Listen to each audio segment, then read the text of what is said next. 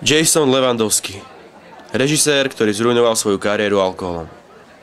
Jediné veci, ktoré má rád, sú pivo, whisky a ženy. Počas svojho života režíroval jediný film.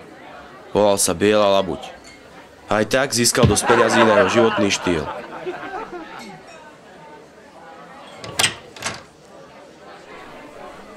Benjamin Stinson. Bratranec legendárneho Barneyho Stinsona. Pochádza z bohatej rodiny z Chicaga. Má prirodzený šarm, ktorým pôsobí na ženy. O tomto chlapíkovi sa veľa nevie, no počul som, že je úžasný. Francis Pullman. Pornoherec vo výslužbe, najlepšie roky má za sebou. Živí sa čistením bazénov, miluje všetky ženy a každú z nich sa snaží okouzliť svojim pornošarmom.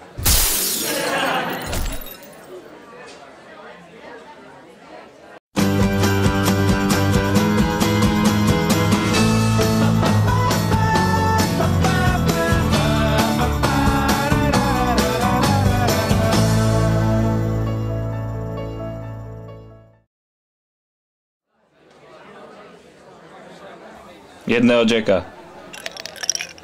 Dík.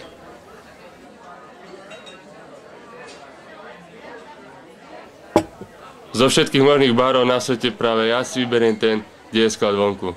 Zdravím, prašivci. Jacka.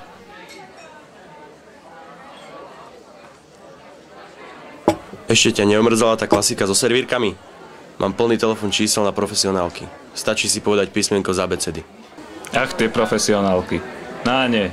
Náne! Páni, včera mi došla ponuka do teleshoppingu. Písali, že budem predstavovať svetovú novinku. Brzdí. Stratil som sa pri tom včerajšku. Asi som moc opitý na to, aby som si to pamätal. Alkohol je aj tak jediná vec, čo ma v týchto dňoch drží pri živote. Hayley, ešte Jima. Ešte ja robím, keď som na dne? Prestanem byť na dne a začnem byť úžasný. Vážne. To sú sračky. Potrebujem si nájsť nejakú tichú spoločnosť na večer. Čo to skúšam? Nemá Betty? Vyberám si teba.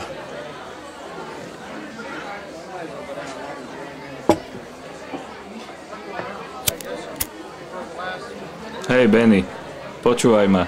Ty si mal už veľa žien. Chodím teraz jednou ruskou hádzanárkou. A nemyslíš, že by očakala to niečo viac? Myslím tú vec na O. To je jasné. Počúvaj, poviem ti, čo spravíš.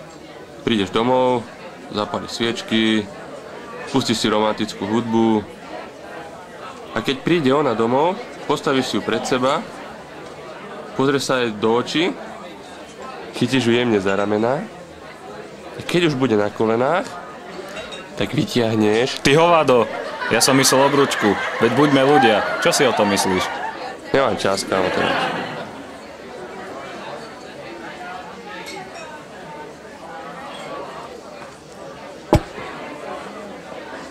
Ty, Jason, čo hovoríš na to, že Francis chce zobrať tú škaredú ruskú hádzanárku? Nechápem, čo na nej vidí. Má prsia. Už to chápem. Podľa mňa je to kravina.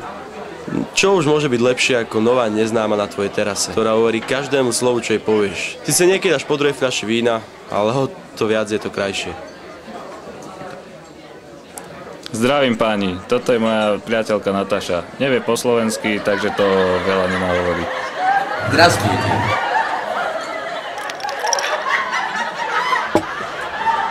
Toto je tvoja priateľka? Áno. Môžem sa napiť. Jasné. Tak toto nezvládnem. S tým som padal. Čau.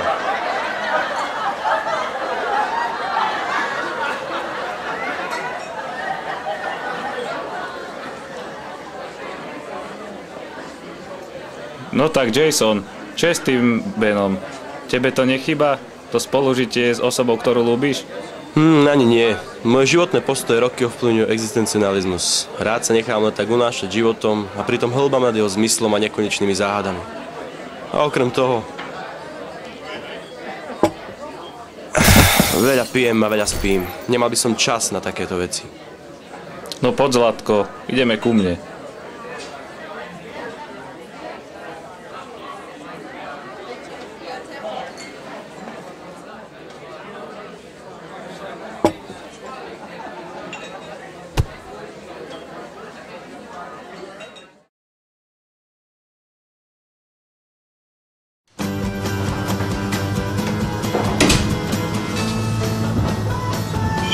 Nemôže sa trafiť,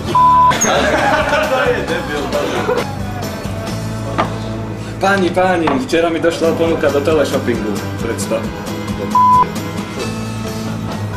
Páni, neviem. A som moc opitý na to, aby som si pamätal včerajšok.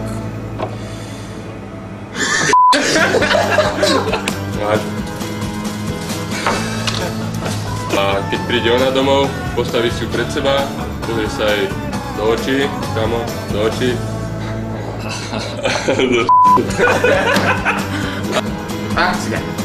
Ty hovado. Ešte raz. Má prsy a...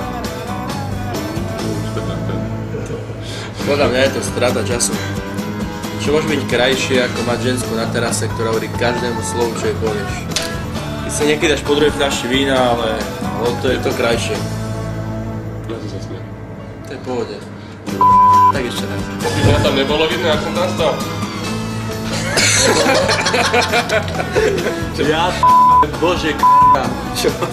Prepáčte pani, to je tak.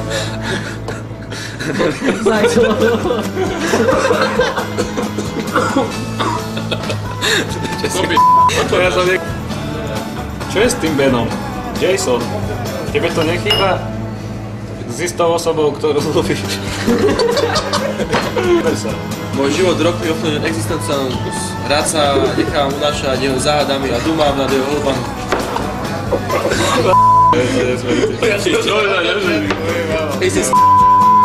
Tak ja sa snažím. Takto. To prvé je dobre, nie? Nie, poďte ešte raz. Čak ja už nemám demenom. Nemusíš si ho Musím. No poď, idete.